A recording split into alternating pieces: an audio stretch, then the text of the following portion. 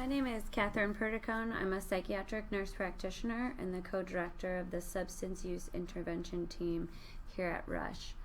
I'm going to be presenting on the current state of the opioid epidemic and the role of the advanced practice provider in the treatment of opioid use disorders. So as mentioned, I'm going to review the current state or status of the opioid epidemic at the national, state, county, and city level. I'm going to provide support for the role of advanced practice providers in managing opioid use disorders. Generate an understanding of the data waiver training process. And just to provide that information up front, when I talk about the data waiver, I'm talking about the training necessary to be able to prescribe buprenorphine. We're going to explore barriers to implementing buprenorphine treatment in your care setting and ways to overcome them. And lastly, identify opportunities for advanced practice providers in treating substance use disorders. So where are we now? Again, starting at the national level. On the left, there's a table of opioid prescribing rates in the U.S. from 2006 to 2017. And you can see that starting in 2006, there were 72.4 opioid prescriptions per 100 people in the U.S. And this continued to rise until 2012 when it peaked with 81 prescriptions per 100 people.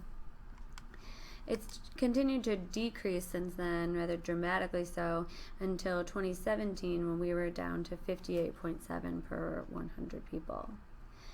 On the right are the consequences associated with opioid use, and this is including illicit opioids. And this is looking at drug overdose deaths involving opioids in a similar time frame. So again, you can see a gradual increase up until about 2006. At that point, there was 18,500 deaths in the U.S. By 2017, that number had more than doubled to 47,600. And similar to what we're going to see at the state, county, and city levels, there was a huge increase from 2015 to 2016. And that's related to the introduction of fentanyl into the heroin market.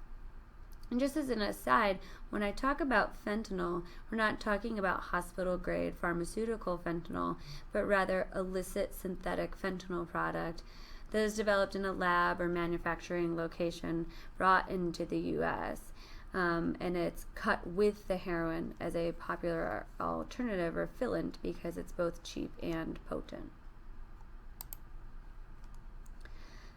At the state level, this is looking specifically at Illinois and the type of opioids prescribed from 2008 to 2016.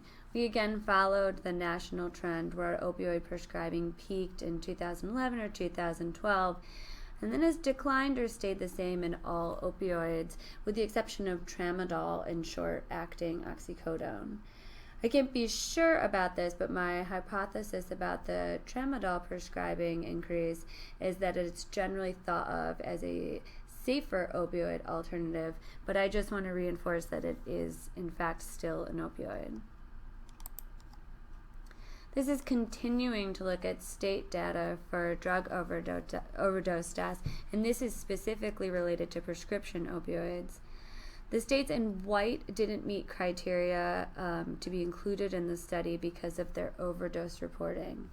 The states in the peach color had stable overdose death rates from 2016 to 2017. The darker peach, those states had a decrease in deaths from 2016 to 2017, and unfortunately that sole red state is Illinois, and it was the only state that met the reporting requirements that had an increase in the rate of overdose deaths from 2016 to 2017, when we went from 3.7 to 4.8 per 100,000. We also had a statistically significant increase from 2015 to 2016 as well. Again, this is Illinois-specific data, and then this is looking at both prescribed opioids as well as illicit opioids, and looking at overdose deaths. So again, we see that same jump between 2015 and 2016 with the introduction of fentanyl. And then in 2017, fentanyl surpassed heroin for the first time as the most commonly found illicit substance related to overdose deaths. 2018 isn't on this graph, but we had 2,063 deaths. So that is actually a slight decrease in our overdose deaths, and notably we had an increase in our non-fatal overdoses. So more overdoses reported, but less deaths. So that is support for the increase in naloxone distribution and reversal of overdoses. At the county level, again, the data is similar, with the majority of deaths coming from heroin and fentanyl as opposed to prescription medications.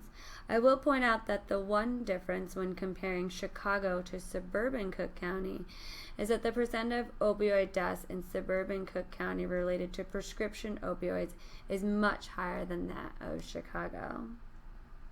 And then again, talking about naloxone distribution and the importance of it, in 2017, CFD responded to over 7,500 opioid-related overdoses, and that's an average of 21 per day.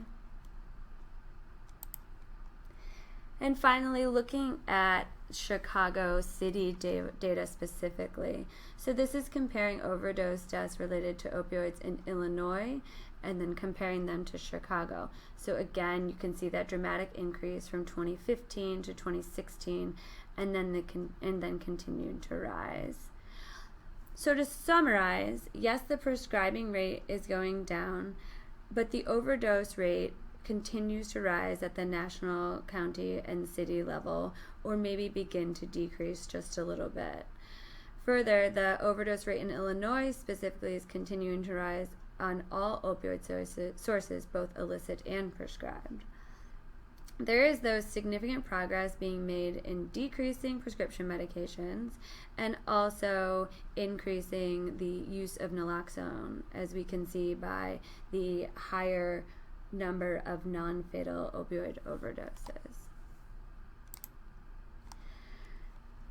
So why advanced practice providers? I've hopefully set this stage for where we came from and where we are in regards to the opioid epidemic. And I use that as the backdrop to present the case for why APPs can and should be viewed as an essential piece in the treatment of opioid use disorders. So there are 20 million people in the U.S. right now with substance use disorders, and there are only 4,400 board-certified physician specialists in addiction medicine as of 2016. And there are only 70,000 data waiver providers in the U.S. And again, when I'm talking about data waiver, I'm talking about the number of providers in the U.S. who are able to prescribe buprenorphine for the treatment of opioid use disorders. So we can clearly see by these numbers that there's a huge amount of people who do not have access to care. In Illinois specifically, there are only 956 data waivered providers, and of that 956, 591 are considered active. So that's meaning that they've prescribed buprenorphine in the last year. 113 are inactive, meaning that they have the waiver but have never prescribed buprenorphine. And 252 have prescribed buprenorphine but not in the last year. So it's not enough to just get the waiver but also to use it. So we've clearly defined the treatment gaps, and it just so happens that APPs are in positions that are primed for providing treatment of opioid use disorders. So for APRNs in Illinois, in 2016 there was almost 14,000 total. 3% in emergency room, 4% in psychiatry, and 23% in primary care. I highlight these three treatment settings specifically because this is where we can have the greatest impact. We have the greatest interface with patients who have an opioid use disorder. For PAs, there are 3,571 as of 2017, and a quarter of them are in primary care. nationally, 13% of PAs are in the emergency room and 2% in psychiatry. So again, similar in primary care, more PAs in the emergency department and a little bit more APRNs in psychiatry. But the point being that at least a quarter of both APRNs and PAs have some sort of interface with patients who are likely to have an opioid use disorder. So to summarize, the scope of the problem is huge. There are lots of people overdosing and there are lots of people dying. However, there are also lots of opportunity for change if we can increase access to care. There are really significant treatment gaps, right? We looked at that. There are millions of people in the U.S. with substance use disorder and only a small amount of addiction specifically trained physicians. So lots of people need treatment, but there are not a lot of people who are able to provide it. So why APPs? We're positioned at the front lines. We're in the ED, psychiatry, and primary care, so we can take on this role of treating opioid use disorders and specifically using buprenorphine. So that brings us to the next section where I'm going to talk specifically about the data waiver training process and how to gain the waiver to be able to prescribe buprenorphine. So when I say data waiver, I'm referring to the Drug Addiction Treatment Act of 2000. And this was the first of the major recent acts to increase access for treatment of substance use disorders. And this allowed, initially in 2000, for physicians to be able to prescribe buprenorphine for the management of an opioid use disorder. In general, there are 3 different FDA-approved medications for medication-assisted treatment. First one that I'm going to touch on right now is methadone. Methadone is a full opioid agonist, and it's dosed once daily for treatment of an opioid use disorder. For a patient to be receiving methadone for an opioid use disorder, they have to be enrolled in a methadone clinic. Advanced practice providers can prescribe methadone for pain if it's within their scope, but I just want to be really clear that methadone cannot be prescribed for an opioid use disorder. That is to say, not by advanced practice providers or physicians. Methadone has to come as part of a federally qualified opioid treatment center. Naltrexone is the second option. It's an opioid antagonist. It comes in either the oral or long-acting injectable formulation, but for treatment of opioid use disorders, we recommend only using the long-acting injectable. And that does not require any sort of special license or training to be able to prescribe, only to be able to administer IM injections. And then buprenorphine, which is what we're really going to focus on here. Buprenorphine is a partial opioid agonist with a high affinity to the opioid receptors. We dose it anywhere from 2 to 4 times daily, 2 times for basic maintenance therapy, 4 times if we're trying to target pain. For management of an opioid use disorder, you must have the data waiver. This is also often referred to as the X waiver, and I will probably use them interchangeably here. However, anyone can prescribe it off-label for pain. You just have to be very clear that your documentation is that it's being used for pain. So why place so much emphasis on MAT? What do we know about MAT? So what we know is that it works. So people who receive it are more likely to stay in treatment. They're less likely to overdose. They have decreased criminal activity. They're better able to find and maintain jobs. There's better birth outcomes for pregnant women with opioid use disorders, a decrease in risky behaviors that are associated with transmission of HIV and Hep C, and an overall improved quality of life. So that's why it's such a big deal. That's why we advocate for it. There's a significant amount of compelling research to support that it works incredibly well. So in 2016, the Comprehensive Addiction Recovery Act, or CARA Act, was passed, and this was also meant to increase access to substance use treatment. So it expanded access to naloxone, And then it also, really importantly for APPs, it extended office-based buprenorphine to NPs and PAs. And initially it was increased just until 2021, so a 5-year trial period to see how it went.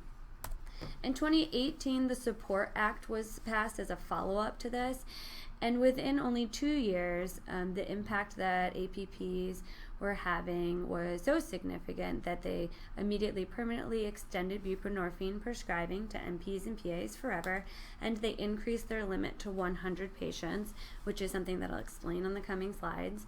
And then they also expanded buprenorphine training and prescribing to CNSs, CRNAs, and certified nurse midwives, and again with that 5-year training period and then reassessment. So what actually is the data waiver training process?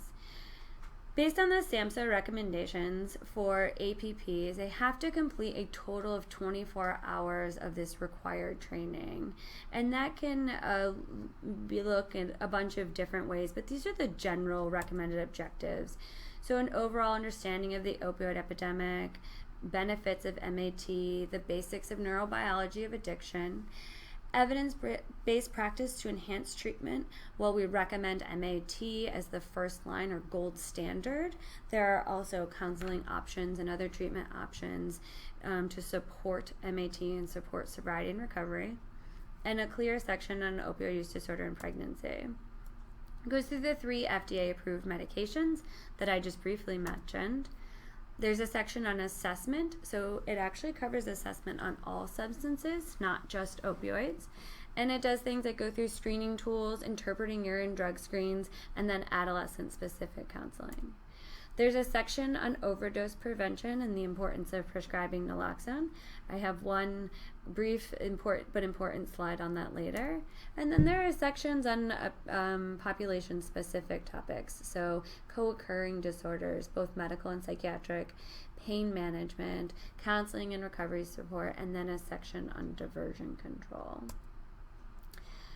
So what does it look like? Here's what the breakdown is for a licensed provider. So first step is a DEA license. Once you have your DEA license, that 24-hour training can come in a bunch of different ways. So in theory, you can sort of pick and choose the entire 24 hours as long as they cover the approved topics and that each training hour is done by an HHS-approved organization. That seems very complicated, so there are much simpler ways to go about this. So physicians require an 8-hour training course. So one way to do it is the same 8-hour training course required for MDs, and then there's a 16-hour course offered by SAMHSA. That 8-hour course you can get in a bunch of different ways. So 4-hour in-person self-study, webinar self-study, or the 8-hour in-person. We, with some frequency, offer the 4-hour in-person here at Rush, so please keep an eye out for that. The other option is to go to the provider's clinical support system, or PCSS, and do the total 24-hour training right through the website. This isn't an endorsement for them, but it is a really easy way to get all of your training in one place, and they also have a bunch of other resources there. So once you complete that training, you submit for your DATA 2000 waiver notice of intent form. So within 30 days of submitting that form, you will get what is known as your X waiver. Your X waiver is essentially just an X attached to your DEA number, and whenever you write a prescription for buprenorphine, you include that X waiver. For the first year, you can have 30 people on your X waiver, as it's referred to. And that means 30 people that you have actively in treatment. So if you prescribe to 25 people in 1 month, you have 25 people on your X waiver. It starts over the next month. After 1 year, you can go back into the same website and apply to have your waiver increased so that you can prescribe to 100 people at a time. And again, the goals of this, if you remember going back to the slide about the CARA Act, are that we want to expand access and care to as many people as possible. So here's just some additional information, or what I like to think of as incentives. If you're listening to this right now, then you're interested in CMEs, so this will be interesting to you. So you can get 8 pharmacology hours from it, and a total of 16. So you get 8 pharmacology hours with the in-person, then 16 more continuing education, 13 of them pharmacology related from the training. You do have to get a 75% to pass.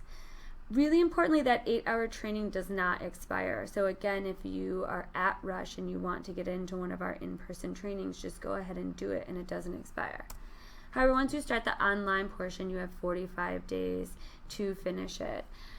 2 really, really important things about this. 1, you can complete the entire training as a student and then hold on to it until you get your DA license. And the second, and even more important, and I can't believe I didn't write it down here, this is completely free for all nurse practitioners and PAs. And again, this was all part of the CARA Act and trying to remove as many possible barriers to providing treatment as possible.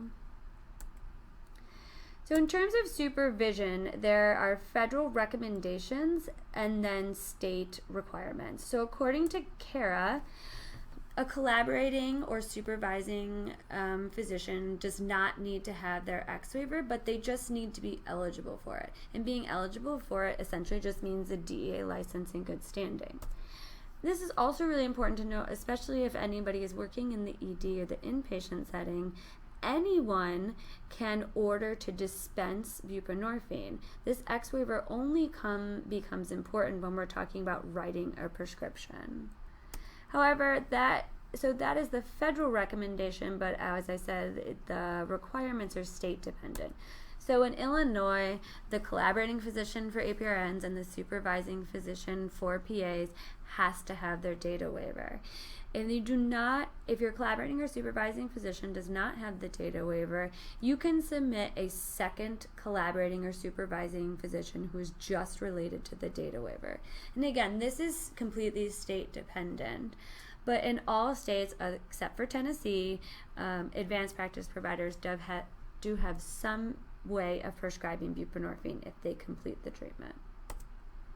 So this is my one slide on naloxone, because I never talk about opioids without talking about naloxone, because it's so important. So what is naloxone? It's an opioid antagonist. So if a person is overdosed, they are opioid toxic, and you give naloxone, it will go into the opioid part of your brain. It will bind very strongly to the opioid receptors and will knock all of the opioids off and therefore reverse that overdose.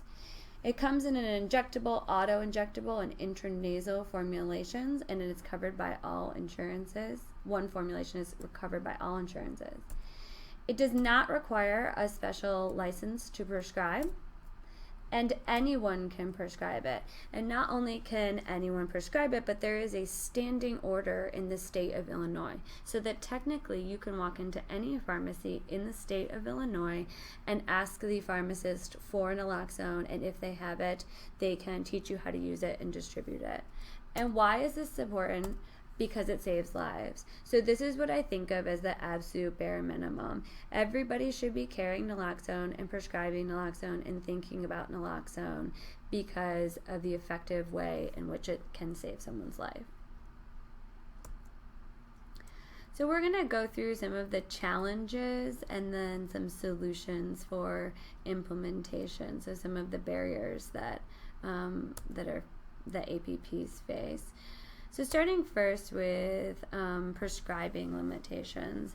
So as we talked about, if you're in Illinois specifically, if your collaborating or supervising physician does not have their X waiver, you would need to find a secondary collaborating or supervisory physician who does have their data waiver to be able to prescribe. I'm also going to talk about the impact of prescribing limitations, presenting a study in the next slide.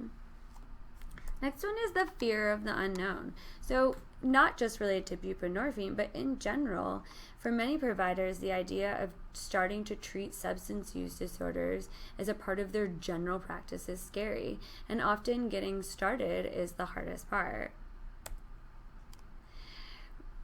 So where the data training is a good opportunity and learning experience, it in many ways makes the concept or idea of prescribing buprenorphine more daunting because of the barriers put up by the DEA, right? Like, what is it about this medication that you need 24 hours of extra training just to be able to prescribe it? And this is confounded by the amazing but complex pharmacological properties of buprenorphine products, and that it's a partial opioid agonist, that it has a high affinity to the opioid receptors, and that it's a dual product with naloxone. Now, I do not get into the specifics of the pharmacology of it here, but I do talk about that in a different lecture if you are interested. There's limited mentorship. So when they survey people who have their data waiver but don't use it, what comes up most consistently is that they don't have an expert that they can turn to if they have questions. And this is especially true for APPs, given that we've only been able to prescribe for about 3 years now. I always give the example that if you have a patient, if you're in primary care and you have a patient who has high blood pressure, there are 7 other primary care providers that you could ask for advice if you ran into something. The same is not true if you are running into the challenge of treating an opioid use disorder with buprenorphine. That readily available feedback that we rely on so much in the healthcare setting isn't there. Trying to get buy-in from a practice site. Again, the concept of changing your model of care or inviting in patients with opioid use disorders is oftentimes what I hear from providers who are trying to incorporate this into their practice. And then lastly, but I would say possibly most importantly, is stigma. So there's stigma with substance use disorders that occurs at the individual, institutional, and societal levels. It's one of the greatest barriers to providing care and access for all of our patients. So this is a fairly recent study that came out in 2019, and it looked at the relationship between prescribing regulations and how that affected the percentage of APPs who have their X waiver in a given state. So they looked at 27 states with the least restrictive prescribing regulations for NPs and PAs, and they compared them to states with more relaxed prescribing regulations. And what they found was that in these 27 states with the restrictive practices, only 1,900 PAs had their X waiver, which is only 1.66% of all PAs in these states. However, when they compared restrictive versus not states, there was no significant difference. For NPs, the story was a little bit different. So in these less restrictive states, there was over 7,000 NPs, or 3%, but they did find a significant difference. So the mean percentage of NPs who had their X waiver in the less restrictive states was 5.58% versus 2.44% in the more restrictive states. For reference, in these same states, there are almost 45,000 physicians with their X waiver, which is 5.57%. So I take away 2 things from this. One, that this is clearly, at least for nurse practitioners, this is potentially a barrier to have more restrictive prescribing rates and how that affects our ability or likelihood to get an X waiver.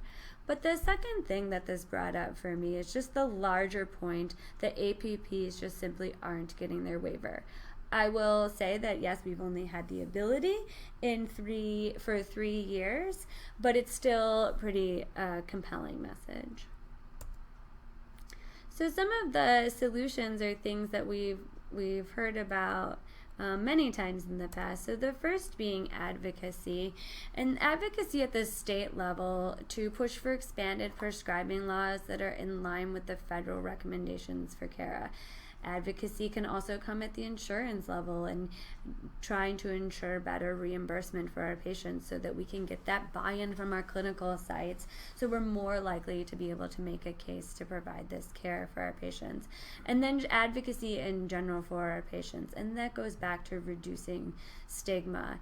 The more that we provide open access to care, the more likely we are to start breaking down some of the barriers associated with stigma. We need to incorporate substance use disorder training into the education standards. And this is a really amazing thing that's happening in the RUSH PA program, where substance use disorder evaluation and treatment has been incorporated into the core curriculum.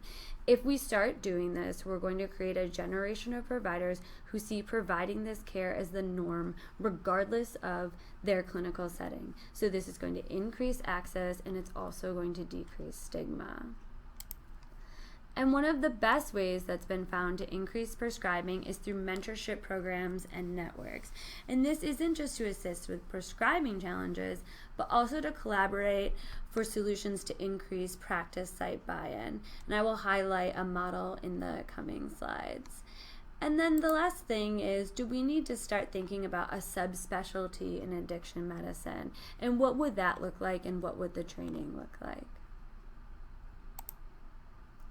So for the last section, I'm going to talk about some really specific and cool opportunities that are APP driven in addiction medicine, with 3 specific examples. So the first one is at University of New Hampshire College of Nursing, and they have an Echo Hub. So the College of Nursing and the New Hampshire Citizens Health Initiative got together to become an ECHO site. And an ECHO model came out of New Mexico, and it links interdisciplinary specialists with community-based practitioners using web conferences. So basically, the community-based providers, they can gain experience and support and education without having to leave their practice setting. So they're bringing the care to the patients. And so the plan in the College of Nursing is to train 150 family and psychiatric nurse practitioner students. So they're going to get training using this intensive model while being placed in community health practices. So the goal is that this huge number of students is going to graduate with extensive training as well as real life experience that then they can bring back into the community or bring back into their hospital setting. The College of Nursing also got a pretty significant federal grant to support this level of training. At Dell Seton Medical Center in Austin, Texas, there was creation of the B team, and this is by Richard Botner, who's a hospitalist PA. And I've spent some time talking to him about this, and it's just a really incredible program. So basically, Rich got a $5,000 grant to increase access to buprenorphine to patients who are specifically admitted to the hospital service. So again, not a lot of money, and he found a way to have an incredible impact. So he got together a bunch of other hospitalists who had an interest in treating opioid use disorders and who had their X waiver. He assigned a B provider to each service line. So this was NPs, PAs, and physicians, and he included residents and fellows in this. And basically what would happen is that any question on that specific service line had an assigned provider that they could just call and ask questions, and also have them evaluate the patient for possible buprenorphine induction. So I think it's really important to note that all of these providers did this in addition to their normal job. So he got together a group of super motivated people who were willing to put in the time and energy to do this. In addition, they placed a heavy emphasis on education and training to reduce stigma, and they did that at every single level in the hospital. So all of the ancillary staff, all of the trainee staff, and all of the providers received some sort of education and training. And the overall goal, again with just this $5,000 grant, was that any patient admitted to their hospital with an opioid use disorder had the opportunity to receive a buprenorphine induction and prescription at discharge. And then here at RESH, we have a team that I obviously am quite proud of. This is the Substance Use Intervention Team, or SUIT. So we're a multidisciplinary team consisting of APRNs, MDs, social workers, an RN, an MA, and a pharmacist. And we follow the SBIRT model, or screening, brief intervention, and referral to treatment. So this starts on the inpatient side. Every nurse provides an initial screening to an admitted patient. And this is just 2 brief questions asking about problem alcohol use or any illicit substance use. If that screening is positive, an alert goes up in Epic, and the floor case manager comes in and does a second or higher level of screening using the audit and DAST. The social worker then provides a brief intervention and, when necessary, referral to treatment. If anybody falls in the moderate to high risk categories, or based at the social worker's discretion, they'll place an order to the addiction medicine service, and then they'll be seen by somebody on SUIT. We also have an outpatient clinic. So in an ideal setting, patient screens positive for an opioid use disorder, the consult comes in, I will go see the patient, start them on buprenorphine on a Monday, and then we see them in clinic on Thursday. So we have a really rapid turnaround. Similar to what is happening in Austin, every single patient in the hospital who has an opioid use disorder has an opportunity to be evaluated by a provider, started on buprenorphine, and will leave with a prescription at discharge. In addition, we have a really incredible interdisciplinary learning experience. At any time, we will have 15 people in our rounds. So we have PA students, NP students, medical students, pharmacy students, residents from psychiatry, EM, and internal medicine, and we have an addiction medicine fellow. So we have a true interdisciplinary learning staff. We also have a unique and wonderful collaborative leadership model. So as I mentioned, I'm the co-director of the SUIT service. My co-director is Dr. Henry Svoboda, who is an ED toxicologist who has a specialization in addiction medicine. He and I have, as mentioned here, a collaborative leadership model. So it's an APP and an MD, and sort of that same line of the organizational chart. Both of us are good at different things, and we make decisions as a team and as collaborators, rather than what we would traditionally see, which is like an RN-led unit model or a physician-led team model. So we've had some pretty great outcomes. We've screened over 30,000 patients since 2017. We were consulted on our first year on 1,300, and I imagine that our second year is going to be much higher. We started buprenorphine on 100 patients in the hospital, and we decreased length of stay by almost 1 total day. So this last slide is a study that came out in 2016, and it was looking at trends in the geographic distribution of buprenorphine providers in the U.S. compared to where we were 5 years ago. Sorry, this was published in 2018, but looking at the 2017 data. And that's a really important thing to note because APPs got the right to prescribe buprenorphine in 2016. So they found a lot of concerning things. So over half of rural counties still don't have a buprenorphine provider, although this is down from 67.1%. And that's significant because still 1/3 of rural Americans don't have a provider in their county at all, compared to only 2% of urban Americans. However, if you look here at these red dots, these are places where APPs are providing the only buprenorphine services in the country.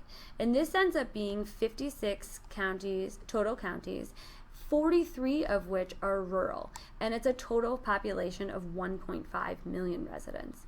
So what this tells me is that after only 1 year of eligibility, APPs are making a huge dent and will, with a concerted impact, concerted effort, we can continue to greatly impact the opioid epidemic. So to summarize here, the scope of the problem is absolutely huge, but the APPs can increase access to care and improve outcomes. We can provide patient assessments, diagnostic testing, develop and monitor treatment plans, educate and counsel patients, and really importantly, prescribe medications and specifically buprenorphine. We can help expand services in rehab settings and pain management facilities to keep up with the large patient population and the large demands. We're strategically placed at the forefront of patient care services to both identify and provide care to these patients. And furthermore, it's an opportunity for APPs to develop a niche specialty in their care setting. Not only that, but it's an opportunity to not only improve patient care, but society as a whole. So I just wanted to provide 2 resources. So the first is the SHOUT project, which is out of the California Healthcare Foundation. They have a bunch of really incredible webinars providing information about treatment for opioid use disorders. And then also anyone at Rush, I would encourage you at any time, if you have any questions about treatment, management, or referrals about substance use disorders, to page the SUIT pager, or you can email me directly. Thank you.